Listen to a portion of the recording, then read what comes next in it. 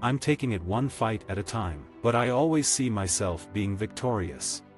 A lot of people have a lot of things going on in their life. You'll be walking past 10 people in the middle of the day and not even notice, but someone might have a family member that died, or someone might be going through a hard time. Sometimes you're the only person that someone might see that lifts them up. I wanted to study to be a petroleum engineer and get my engineering degree and fight in the UFC at the same time. But unfortunately, to be the best I can be at the UFC, I needed all focus to be there, and more focus, also. I started working out and doing martial arts when I was about 4 years old, and I was competing by the time I was 5 or 6. So my mom and dad had me doing push-ups and sit-ups from a very young age.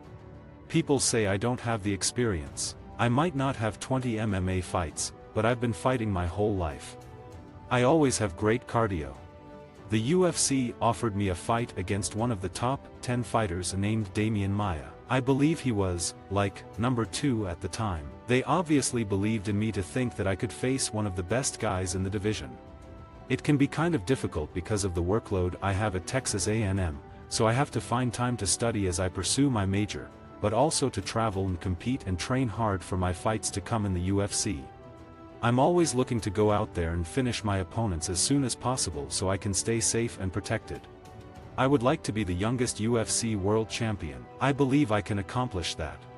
Georges St-Pierre, he's so awesome. It was very great getting to roll around with him and getting to train with him. He's so nice and so friendly, and he's very humble, too. I might take a little time off from school to train. I'd be a totally different animal if I trained full-time. When I was 9 years old, I was on the cover of Sport Karate magazine. I was at my house, and me, and my brother, and my sister were kind of just playing around, and I was like, I wonder if I can twist this apple and rip it apart. So I was playing around, and I did it, and I was like, wow, that kind of takes a firm grip. By the time I was 4 or 5, I was doing 250 push-ups and sit-ups a day. When I was 6, we bumped it up to about 500 push-ups and sit-ups a day. Some days it could even be 750 or 1,000. Typically, when someone gets a choke on me, I have a pretty strong neck. It's usually hard to choke me. I'm always pretty much smiling. Knowing what God has in store for me, it gives me hope. I kind of feel like God's warrior, pretty much. God's weapon. The more fights I have in the UFC, the more people I meet, the more opportunities one have to make an impact. I feel like I have goals that I set, and I try to accomplish those goals, so no matter what room I step into, I know the direction that I'm wanting to head.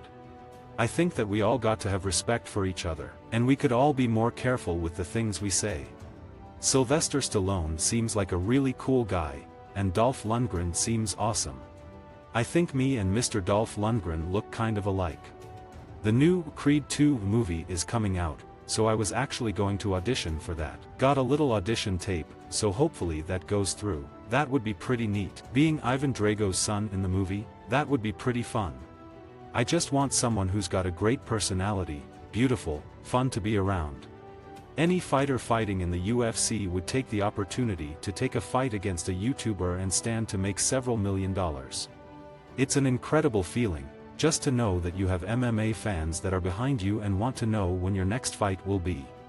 I'm a totally different person in training. I'm a bubbly, happy guy. I know people want to get out there, and they're all tattooed up, and they're all serious and stuff and ready to fight. I'm ready to fight, but I still have a smile on my face at the same time. At the point in a match where most guys would wear out, I'll still be fresh. The UFC expects you to perform at your very best. If you're barely training, if you're spending the majority of your time on school, it's impossible to be at your best. People can say what they want, but you can silence a lot of people when you go out there and win. I consider my MMA training starting the day I set foot in Uriah Faber's gym.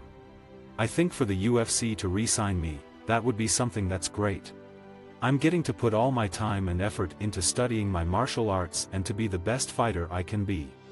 I'm training to be the champion. I become the champion of whatever I put my mind to, so I believe I will be the champion. I think the UFC will be able to realize that, and we'll see what they say.